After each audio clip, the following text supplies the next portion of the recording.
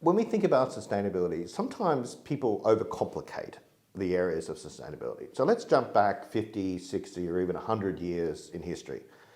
When we used to try and build our farms and try and establish crops, we recognized that we needed fertilizers. And the fertilizers that we used many years ago were natural. And we generated that through typical human and animal waste, but we also use things like compost.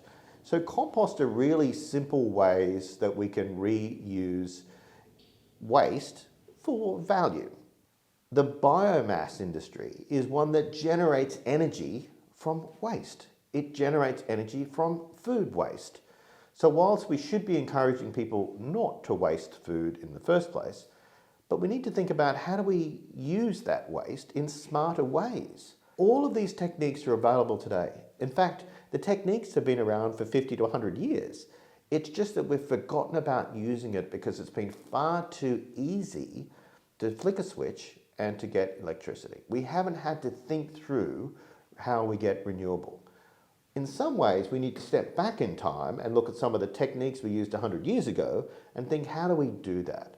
Now, the challenge, of course, is cost. There's a cost to create these things, and often that cost is more than what we would get from flicking an electricity switch. But that's where government steps in.